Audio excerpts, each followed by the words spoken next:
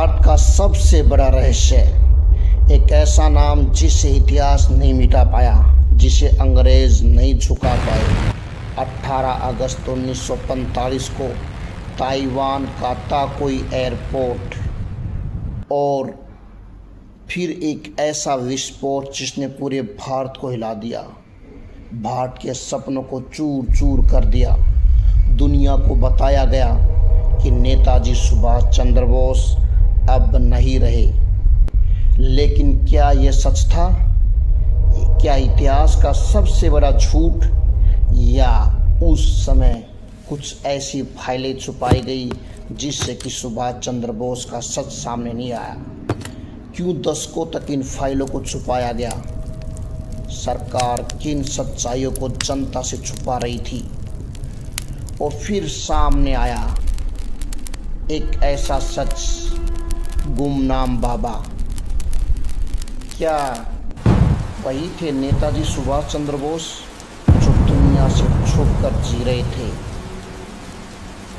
उनके कमरे से मिला ऐसा सामान जिसने पूरे देश को चौंका दिया, ऐसी खुफिया जानकारियां जो सिर्फ और सिर्फ नेताजी के पास थी। नेताजी एक इंसान नहीं थे, एक विचारधारा थे, सच्चे भारत के सिपाही थे। अगर नेताजी मर चुके थे तो दुनिया के सामने सच्चाई क्यों छुपाई? उनके परिवार की 20 साल तक जासूसी क्यों करवाई गई? सरकारें आई और गई, लेकिन आखिरकार 2016 में सरकार आई और नेताजी की सीक्रेट फाइलों को ओपन किया गया।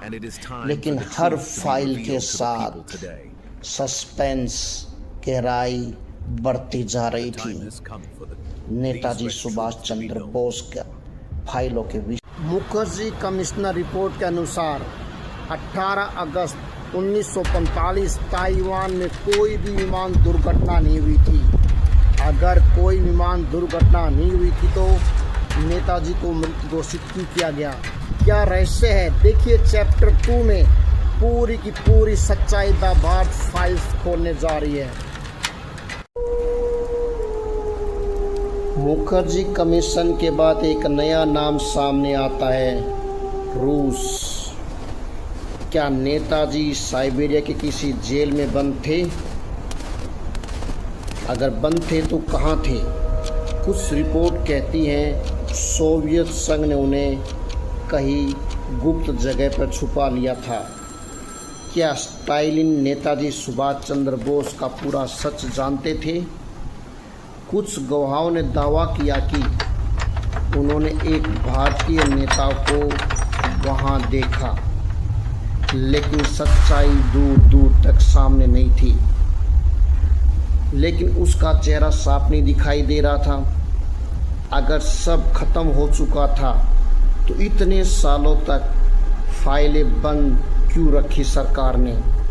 1948 से 1968 तक नेताजी के परिवार पर नजर क्यों रखी गई? उनके पत्र पढ़े जाते हैं, फोन सुने जाते हैं। आखिर क्या थी पूरी सच्चाई? क्या सरकार को कोई डर था?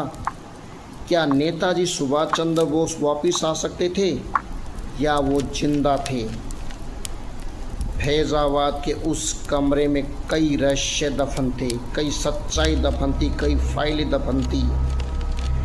हेड राइटिंग एक्सपर्ट भी हैरान रह गए थे। क्या यह सिर्फ एक संयोग था, या कोई छुपा हुआ रहस्य?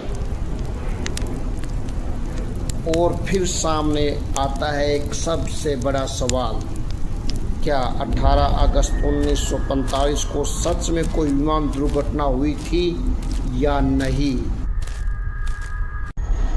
सरकारी रिपोर्ट्स कहती हैं कि नेताजी का विमान यहीं पर गिरा था। अगर गिरा था तो सच्चाई क्या है? लेकिन 1999 में एक जांच में सब कुछ बदल दिया। जस्टिस मुखर्जी ने दावा किया कि 18 अगस्त 1945 को ताइवान में कोई भी विमान दुर्घटना नहीं हुई थी। यह सुनकर पूरा देश हिल गया। अगर दुर्घटना नहीं हुई तो सुभाष चंद्र बोस की मृत्यु कैसी हुई? क्या थी आखिर सच्चाई? अगर कोई दुर्घटना नहीं हुई तो फिर दुनिया को झूठ क्यों बताया गया?